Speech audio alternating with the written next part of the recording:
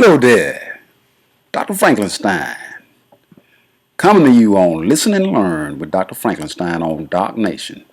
That's DOCNATION, Doc Nation. Dr. Frankenstein had some health issues last week. He ended up going to the emergency room with excruciating pain. Found to have an infection in the right kidney. Spent the night in the emergency room with IV fluids, antibiotics, and some for pain. Discharged the following morning on antibiotics and some for pain. Over the next 3 days, Dr. Franklin had a full recovery and is very glad and thankful that he is on the good side of feeling good again. I think sometimes getting sick is just to make us appreciate being well. Your health is very important. Every day is important. If you don't believe it, just miss one. Everybody needs to make an investment in their health. You said, Dr. Frankenstein, how you make an investment in your health? Well, watch your diet. You know what's good to eat and what's bad to eat. Show some restraints. Eat what's good for you. Number 2, get plenty of rest and relaxation. Number 3, exercise regularly and strenuously. And finally, avoid stress, which is a silent killer. See? Dr. Frankenstein is going to have to do a health talk one day, but not today. Today, Dr. Frankenstein wants to talk on a couple of issues. 3, as a matter of fact. One of the issues is the difference between a community and a neighborhood.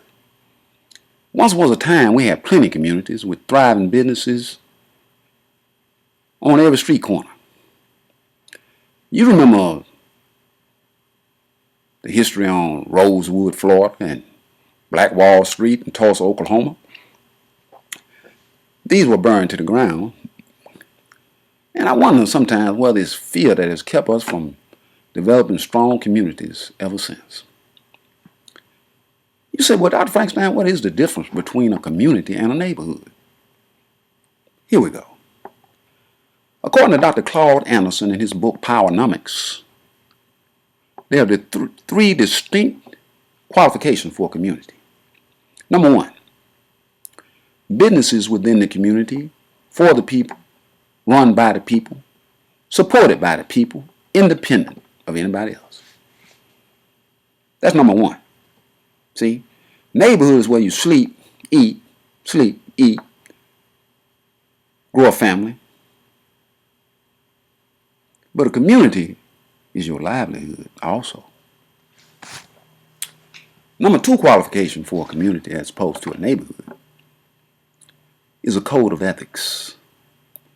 If we in the community pool all our resources, money, time, and energy to elect, say John to the legislature, and John gets to the legislature and the first available opportunity sells out to the enemy of the community for crumbs off the table, I might add. It does not behoove us to re-elect John. He should be kicked out of the legislature and should not be welcome in the neighborhood.